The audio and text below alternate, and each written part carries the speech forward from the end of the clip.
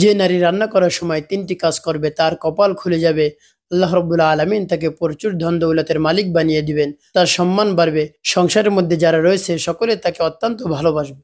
তাই বিষয় ৩টি জানতে হলে না টেনে ভিডিওটি শেষ পর্যন্ত মনোযোগ সহকারে দেখতে থাকুন এবং আমার চ্যানেলে যদি নতুন হয়ে থাকেন তাহলে নিত্য নতুন ইসলামিক ভিডিও পাওয়ার জন্য আমার চ্যানেলটি সাবস্ক্রাইব করে রাখুন। প্রিয় ভাই বোনেরা, তাহলে চলুন আলোচনা শুরু করা যাক। নবীজি সাল্লাল্লাহু আলাইহি সাল্লাম বলেছেন, মান হাব্বা সুন্নতি ফাকাদ হাব্বানি ওয়া মান হাব্বানি কানা মাই ফিল জান্নাহ। নবীজি সাল্লাল্লাহু আলাইহি সাল্লাম বলেছেন, যে ব্যক্তি আমাকে ভালোবাসে সেজন্য আমার সুন্নতকে আঁকড়ে ধরে, আমার সুন্নতকে পালন করে।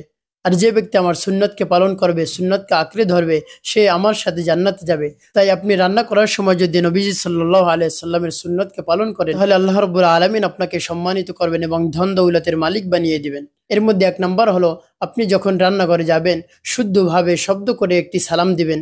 আসসালামু আলাইকুম ওয়া রাহমাতুল্লাহ, এভাবে শব্দ করে একটি সালাম দিবেন।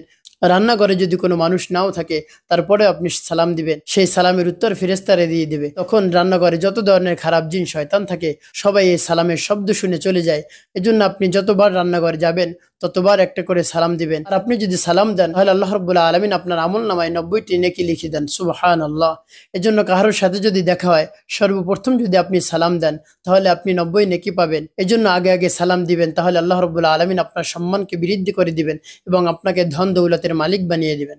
এই জন্য ১ নম্বর আমল হলো বেশি বেশি সালাম দেওয়া। আল্লাহর হাবিব সাল্লাল্লাহু আলাইহি সাল্লামও ছোট বড় সবাইকে সালাম দিতেন। একবার কোনো এক সাহাবীর বাসায় গেলেন, একবার সালাম দিলেন, ২ বার সালাম দিলেন, ৩ বার সালাম দিলেন, কোনো উত্তর আসলো না। তখন নবী সাল্লাল্লাহু আলাইহি সাল্লাম ওই ঘরে না ঢুকে আবার চলে আসলেন। তাই আপনি যদি নিজের ঘর ব্যতীত অন্য কোথাও যান, এভাবে কয়েকবার সালাম দিবেন। যদি সালামের উত্তর না আসে আপনি সেই ঘরে ঢুকবেন না। এটা হলো নবী সাল্লাল্লাহু আলাইহি সাল্লামের সুন্নাহ। নবীজি সাল্লাল্লাহু আলাইহি সাল্লামের সুন্নাহ যদি আপনি পালন করতে পারেন তাহলে আল্লাহ রাব্বুল আলামিন আপনার উপর রহমত নাজিল করে দিবেন। তাই মা বোনদেরকে বলছি, আপনি যখনই রান্নাঘরে যাবেন তখনই শব্দ করে একটি সালাম দিবেন। রান্নাঘরে কেউ থাক আর না থাক, আপনার সালামের উত্তর ফেরেশতারা অবশ্যই দিয়ে দিবে। ২ নম্বর কাজ হলো, আপনি রান্নাঘরে প্রতিটি কাজের শুরুতে বিসমিল্লাহির রহমানির রহিম বলবেন। আপনি মরিচ দিবেন, হলুদ দিবেন, লবণ দিবেন, পানি দিবেন এবং নাড়াচাড়া করবেন।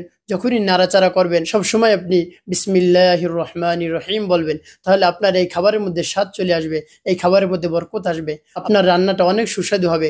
সবাই এই বরকতপূর্ণ খাবার খেয়ে আপনার প্রশংসা করবে। এভাবে যদি আপনি রান্নাঘরে ঢোকার সময় সালাম দেন, এরপরে প্রতিটি কাজের শুরুতে বিসমিল্লাহ বলেন, তাহলে এই খাবারগুলোর মধ্যে বরকত চলে আসে। এই বরকতি খাবার যদি আপনি খেতে পারেন তাহলে আপনার ইবাদতের মধ্যে মনোযোগ চলে আসবে, বেশি বেশি ইবাদত করতে মন চাইবে। এজন্য যখনই আপনি রান্নাঘরে যাবেন, সকালে, দুপুরে, বিকালে যখনই আপনি যাবেন তখনই এই আমলগুলো করবেন। ৩ নাম্বার, যখন আপনি রান্না করবেন, হাত দিয়ে নাড়াচাড়া করবেন, তখন আপনার পবিত্র জবানে নবীজি সাল্লাল্লাহু আলাইহি সাল্লামের দুরূদ পাঠ করবেন।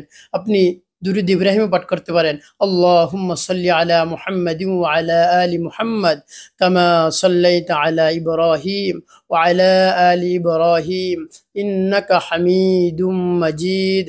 আল্লাহুম্মা বারিক আলা মুহাম্মাদিন ওয়া আলা আলি মুহাম্মাদ কামা বারাকতা আলা ইব্রাহিম ওয়া আলা আলি ইব্রাহিম ইন্নাকা হামিদুম মাজিদ। আপনি যদি দুরূদ ইব্রাহিম ভালো করে পারেন, দুরূদ ইব্রাহিম পাঠ করতে পারেন বা অন্য দুরূদও আপনি পাঠ করতে পারেন। সাল্লাল্লাহু আলাইহি ওয়াসাল্লাম, সাল্লাল্লাহু আলাইহি ওয়াসাল্লাম।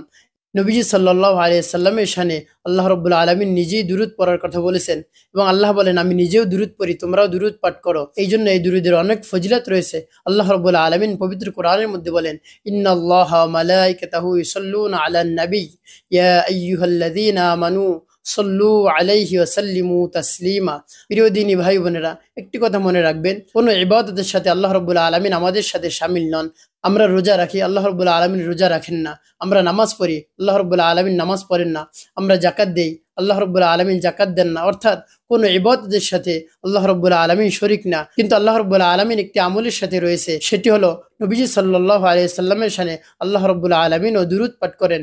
এজন্য আল্লাহ রাব্বুল আলামিন বলেন, ইন্নাল্লাহা ওয়া মালাইকাতাহু ইউসাল্লুনা আলান নবী, নিশ্চয়ই আমি আল্লাহ এবং ফেরেশতারা যারা রয়েছে সকলে দুরূদ পাঠ করি, তোমরাও নবী সাল্লাল্লাহু আলাইহি সাল্লামের শানে দুরূদ পাঠ করো। এজন্য আপনি নবী সাল্লাল্লাহু আলাইহি সাল্লামের শানে যদি দুরূদ পাঠ করতে পারেন তাহলে আল্লাহ রাব্বুল আলামিন আপনাকে পুরস্কৃত করবেন। আল্লাহ রাব্বুল আলামিন আপনার সংসারের সমস্ত ধরনের অভাব দূর করে দিবেন। তবে দুরূদ পাঠ করার পূর্বে আপনাকে একটি কাজ করতে হবে, সেটি হলো আপনাকে উত্তম রূপে ওযু করতে হবে। তাহলে আল্লাহ রাব্বুল আলামিন আপনার উপর রহমত নাজিল করবেন, আপনার সংসারের সব ধরনের অভাব দূর করে দিবেন। তাই মা বোনদেরকে বলছি, আপনি রান্নাঘরে যখনই যাবেন এই ৩টা আমল অবশ্যই করবেন। ১ নম্বর, আপনি জোরে একটি সালাম দেবেন, আসসালামু আলাইকুম রাহমাতুল্লাহ। ২ নম্বর, আপনি যে কাজগুলো করবেন সেই কাজগুলোর শুরুতে বিসমিল্লাহির রহমানির রহিম বলবেন। ৩ নম্বর, আপনি যখনই তরকারি কাটবেন বা বিভিন্ন ধরনের কাজ করবেন তখন আপনার পবিত্র জবান দিয়ে নবী সাল্লাল্লাহু আলাইহি সাল্লামের শানে দুরূদ পাঠ করবেন। তাহলে আল্লাহ রাব্বুল আলামিন আপনার কপাল খুলে দিবে, দুনিয়া ও আখিরাতে উভয় জাহানের কল্যাণ দান করবেন।